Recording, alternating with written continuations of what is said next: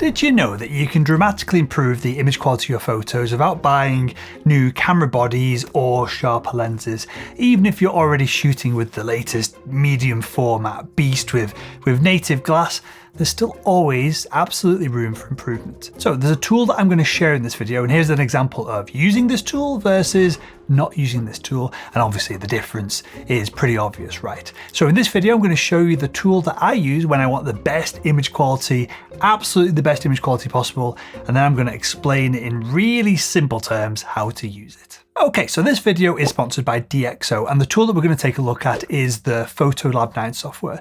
Now, although this is a sponsored video, DxO aren't seeing this before it's published, and I can literally say, or I feel like I can say basically anything I want because they've not given me any guidelines whatsoever. So if you want to increase your image quality in just a couple of clicks, there's one place that we must start. Right, so what is the difference between these two images? Well, one is ugly and full of speckles and the other one is crystal clear. And that's the magic of good noise reduction right there in front of you. Now, there are a bunch of denoising tools out in the market, but I think DxO's DeepPRIME outperforms all of them, and I think I know why as well. So there are two fundamental steps in getting a raw file, which is basically just data from a camera sensor, into a position where we can see it on the screen and we can start editing it.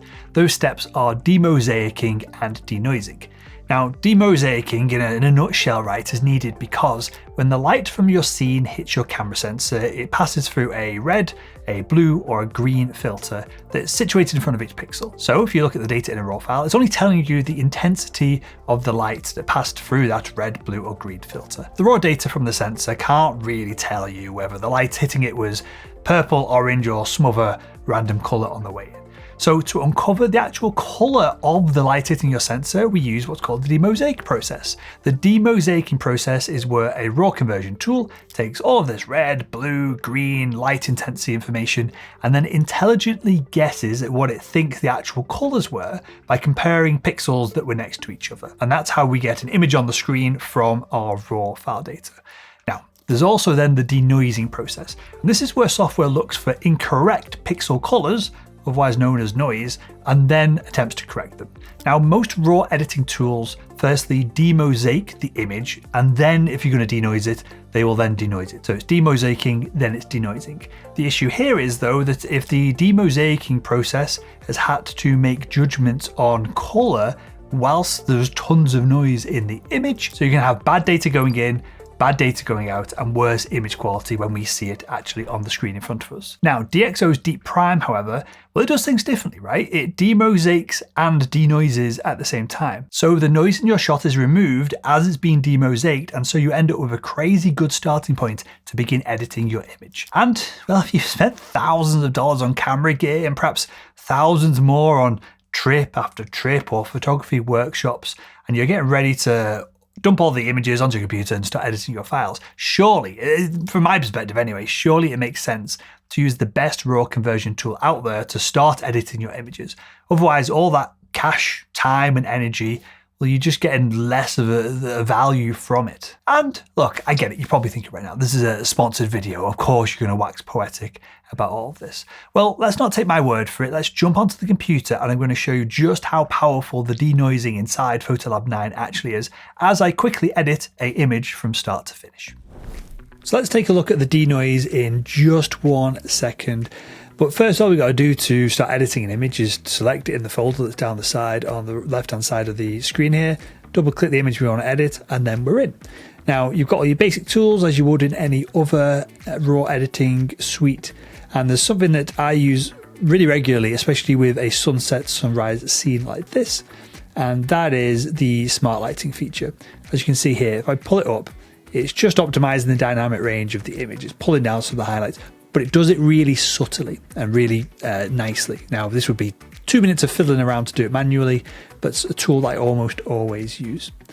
Then as we move along, we've got the denoising. This is, for me, the absolute killer feature of PhotoLab. And if I just pull up the loop, and let's go to an area where there's going to be some noise, and I turn the denoising off, you can see quite dramatically how much noise is in this scene. Turn it back on, and you can see it's reducing it. Now, with that said, this is just the standard denoising. When we start to get into the fancy stuff, which is the DeepPRIME denoising, which, as I said earlier, is both denoising and demosaicing at the same time, you can see even more noise reduction done right there. Let's put it to a different part of the frame, turn it on, or off even, turn it on, and you can see the noise that's being removed. And what it's also doing, which is important, is it's not making things smooth and reducing all of the detail from the image. This is the best denoise that I've come across for a landscape image like this, which has quite a lot of detail within it. Another tool that I really like, and I've never seen in any other tool, and this comes down to DxO's, just the depth they've gone to with lens profiles, is this lens sharpness optimization. So this isn't just an unsharp mask, so I'll turn that off for a second, which is doing global sharpening of the image, or even doing global sharpening with a mask. The lens sharpness tool is taking into account the lens that I'm using, the camera body as well, and it is giving specific sharpening for that specific lens and camera body combo. And it's only subtle, but if I go, where will be, if we go here and I turn this off, you can see it just subtly sharpening there. But this subtle sharpening is often the difference, you can see it better in that part of the frame there, is often the difference between an image that looks sharp and one that looks like someone's took one of the sliders and just thrown it to the other side of the screen.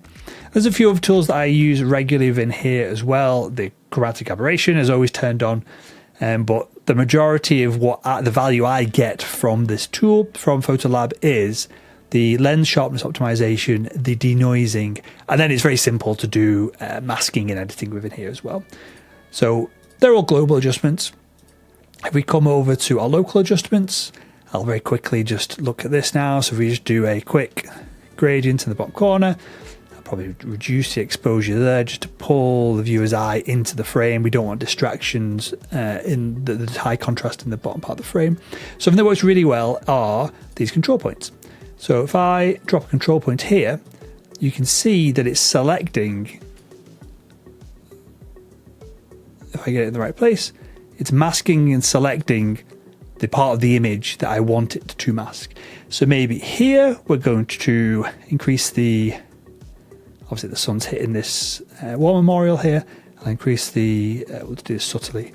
I'll increase the temperature just a bit, just to emphasize the light that's hitting it directly. So we're not painting in light here, we're just increasing the luminance that's already there. But what's cool is you can also look at where else do I want this effect within the scene.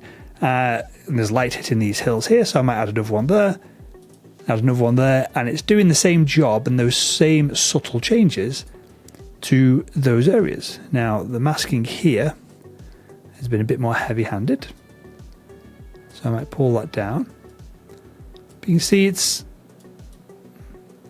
there we go, so it's just getting that side there, that edge. Similarly, it's masking out that part of the frame there. It's pretty cool, right? I mean, editing this now, I want to add a bit of a crop, just get rid of the top part of the frame there, because there's not really much going on in the sky, obviously, is there? Something along those lines. Probably want to do another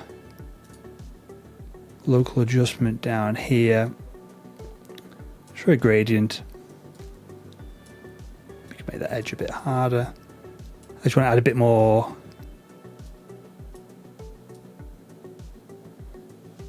detail to this, so we're going to use the Clear View Plus, which is a dehaze essentially.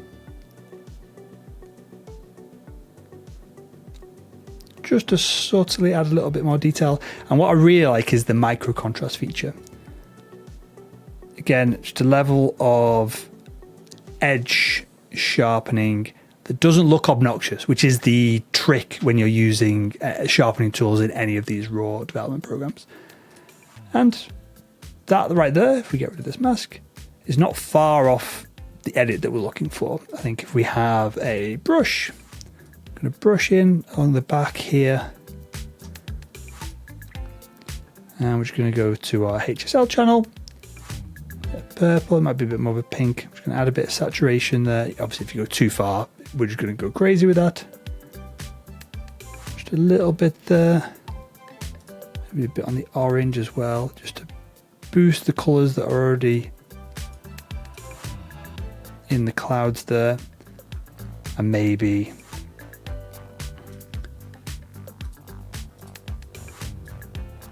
another grad here. I'm just going to pull down the highlights a little bit further.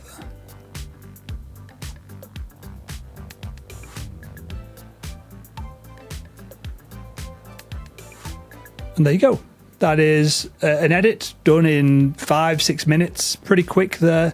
You could spend as much time as you like editing a photo like this, but I get you 99% of the way there. But the most important thing is the image quality itself, the denoising, the sharpening, without very much faffing around at all, is absolutely superb.